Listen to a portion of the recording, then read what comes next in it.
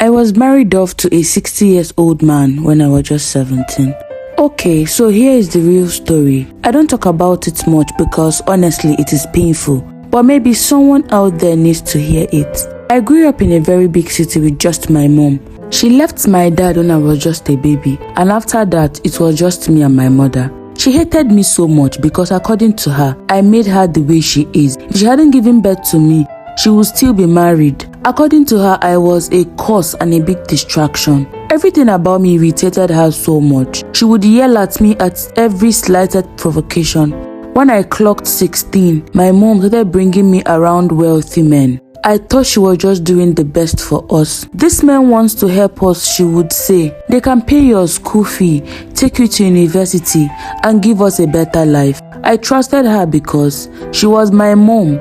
Even though she treated me badly, I thought she had my best interest at heart. At first, it was innocent. We would go to fancy restaurants and my job was to smile and be polite. I didn't understand why these men were so interested in us, but the money started coming. My mom said it was for my future and I believed her, but soon things started changing. Let's throw it back a little. In a very small town in Africa, my father Jude was married to my mom Abena. Though they weren't wealthy, but they were happy. We had a modest home. When they gave birth to me, they loved me so much. I brought so much joy to their life. Life was simple and peaceful. My father worked tirelessly as a banker, earning just enough to keep our modest home running. Though our house was small and barely furnished, it was filled with love and laughter. Abena, my mother, owned a fruit shop at the bustling town market. Every morning, she would rise up before dawn to set her fruit shop, arranging fresh mangoes, oranges, and pineapple with a smile that drew customers like bees to honey. She had a way of lightening up the room. Her laughter was as sweet as the fruits she sold. After a while, things became a little harder for them, but they pushed on regardless. Evening was my favorite time. My mother would prepare delicious meal, humming traditional music while stirring pot of soup and pounded yam. She danced as she cooked, her braided hair swinging to the rhyme of her joy. My father would come home exhausted but content, his face breaking into a smile as soon as he heard her singing from the kitchen. After dinner, we would sit outside under the stars, listening to stories about how my parents met, my father's shy proposal to my mother's playful teasing before she finally said yes. But as time went on, things began to change. My mother, once content with our simple life, grew restless. Business at her fruit shop slowed, and she started talking about how life could have been easier if only we had more. At first, my father brushed it off, thinking it was just her frustration speaking. He promised her that things would get better if they kept working hard. As time went by, my mother began to feel restless. She saw traders from distant city arriving in shiny cars, wearing bright, expensive dresses and flashing gold jewelries. They bought perfume that smelled like the white flowers and expensive shoes. My mother couldn't help but wonder what it would be to live in such a life, free from chores and endless suffering. One market, she caught the attention of a wealthy merchant named Kwame, a smooth-talking man who traded in exotic goods. He wore gold rings that gleamed in the sunlight and watch that ticked with elegance. His words were sweet as the mango my mother sold. "You are too beautiful, Abena, for this dusty market," Kwame said one day, handing her a silk handkerchief from his collection. "A woman like you deserves luxury, a better life, and all the good things life has to offer." My mother was flattered as she came home smiling from mouth to mouth. With time, she became hungry for more. Soon, Abena began to see Kwame in secret. He would buy her expensive gifts, perfumes, clothes, and fine sandals. Blinded by the fancy, wealthy life, she started distancing herself from us. My father, Jude, noticed the change. Abena became cold, no longer preparing meals or singing her song. The house that was once filled with laughter grew silent and empty. Very soon came the parties, exclusive gathering hosted by the town's wealthiest merchants and politicians. My mother, with her striking beauty and irresistible charm, was often invited by well-connected women and men from the market. She attended at first out of curiosity, but soon she was captivated by the shimmering world of silk dresses, sparkling jewelries, and exotic perfumes. Why would I suffer here while others enjoy the good things of life? She thought, resentment slowly growing in her heart. The transformation was gradual but undeniable. She began dressing different, wearing fine fabrics that she could barely afford. Her fruit shop, which was once her pride, became neglected as she spent more time in places where money flowed like the river. My father noticed but stayed silent, hoping she would come back to her senses soon. He loved her too much to believe that she would one day leave him. Then she officially started seeing Kwame, the wealthy businessman known for his lavish lifestyle and questionable doings. He was powerful, connected, and dangerously persuasive. To him, Abena was just another prize to be won, and she fell for his promises of riches and a life free from struggle. He offered her everything my father couldn't: a mansion in the city, servants at her beck and call, and endless luxury. Blinded by all this, my mother sought to leave. One stormy night, while my father was away working, my mother made her move.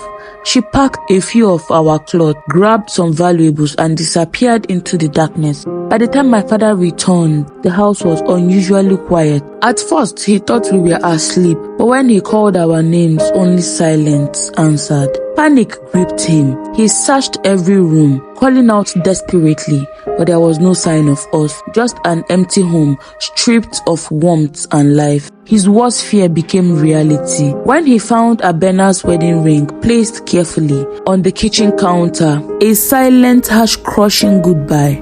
Time passed, and Jude's life became a blur of endless searching.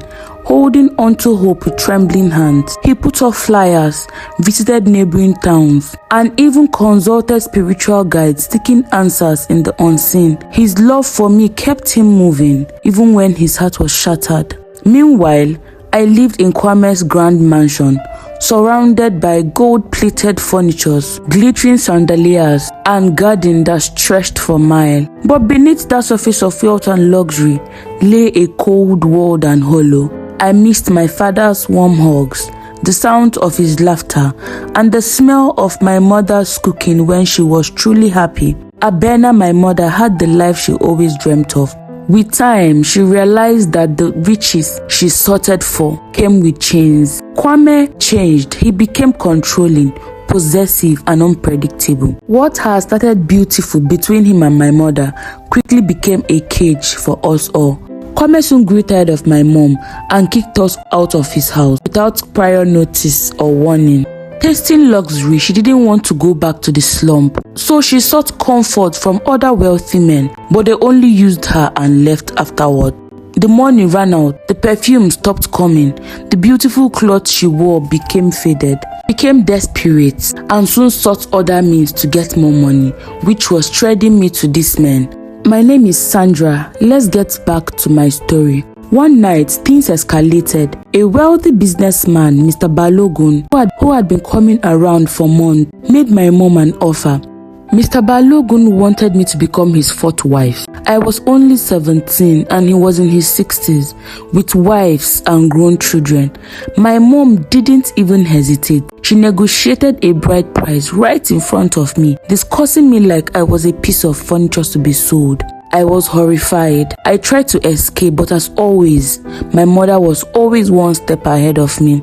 I was her money-making machine, so she was protective of me. My mother married me off to Mr. Balogun in grand wedding. There was enough food and drink for everyone to have. I cried and cried, but no one was there to save me. After the wedding, when I got to his house, I felt so sad, but I had to cope. Mr. Balogun was so disgusting, but rich. Seeing him walking around the house with his pot belly was a terrible sight to behold. While sleeping, he snores like a generator. While eating, he makes a mess on the dining table, and his belch smells so badly. But the worst of it all was his pollute. It smelled like rotten egg, but I had to find means to survive. So I started putting sleeping pills in his drink to make sure he doesn't touch me at night. It went on and on, but that was the only thing keeping me safe at that point. But time quickly went by. Balogun fell ill and he was taken to the hospital. He was told by his doctor that he has been consuming a lot of sleeping pills. He knew it was me. No one else would dare. That night, he battered me like I was some punching bag. I stayed back because I had no place to go to. At any minor provocation, Mr. Balogun would hit me, call me names like child of a prostitute, a riffraff, and so on. I frustrated the living daylight out of him though. It was fulfilling. After months of trying to get me to do my wifely duties, he got frustrated. I can never forget the day when he tried to force himself on me. I had to hit him on his balls and ran for my life in fear. He screamed so loudly in pains. I felt a mixture of fear and fulfillment. The next morning, he took me back to my mother's house and threatened her to return every single penny he had given her. My mother became scared and desperate because everyone knew Mr. Balogun was a dangerous man. One day, she asked me to prepare that we are going to see another person that would give us a huge amount of money to repay Mr. Balogun. As usual, I dressed up and put on some makeup, looking really beautiful and ravishing. When we got there, my mom said she was going to use the restroom, and that was the last I saw her. It turned out that she had sold me to this man. My heart stopped beating for a while. I felt like disappearing. Please, the ground should open, let me just enter. But I couldn't do anything. I could be killed or anything. I had to be quiet. I was there on the bed staring, and suddenly the door opened and a bodyguard came into the room. Get up quickly. We are going to give you to your buyer. Again, I murmured, God please help me. I had no choice. I got up and we drove for hours. Finally, we got to an old building, a remote warehouse, where they kept me waiting for the buyer to show up. I was terrified, and after some hours, the door opened. I braced myself. A very decent man walked in. As he came closer, I recognized him immediately. His eyes was filled with a strange mixture of emotion and regret. Behold, it was my father, the man whom my mom had left many years ago. My breath ceased at that point, and for a moment I thought I was imagining him. He looked older, his face weary but calm. Sandra, he said softly, his hand shaking, I am so sorry I wasn't there for you. I didn't know what to say. A storm of emotion arose inside me. Anger, relief, confusion. Why are you here? I said, my voice shaking. You were taken away from me, Sandra. Your mother wasn't satisfied with the life I gave her. I didn't know where you were for years, but I never stopped looking. And finally, when I found out what she was doing to you, I knew I had to come for you. But I had to put my plan steady to avoid her selling you to the wrong person or fleeing town with you again. His world felt both comforting and unbelievable. After everything, part of me didn't trust him anymore. He had given up on me, I thought, but the look in his eyes was real. And for the first time in so long, I felt like someone genuinely cared about me. I am taking you home, he said, his voice steady. As we got to the house, his house was cozy, beautiful and welcoming. He had taken another wife, and together they had one child. He had become richer over the years, running a business that brought him so much money, the kind of life my mother always craved.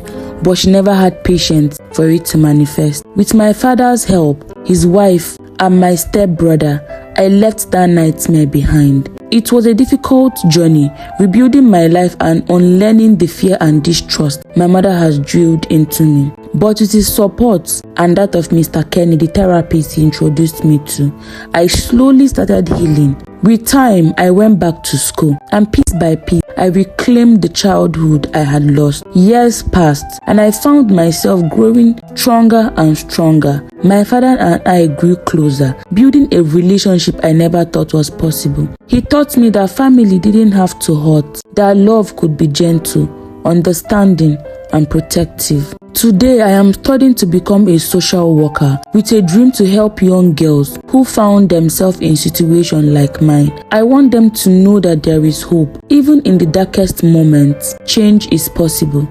As for my mother, I went back to look for her and I found out she has been killed by a man she had a deal with. I have made peace with her absence. She deserved every single reward she got. I understand now that her pain and choices don't define me.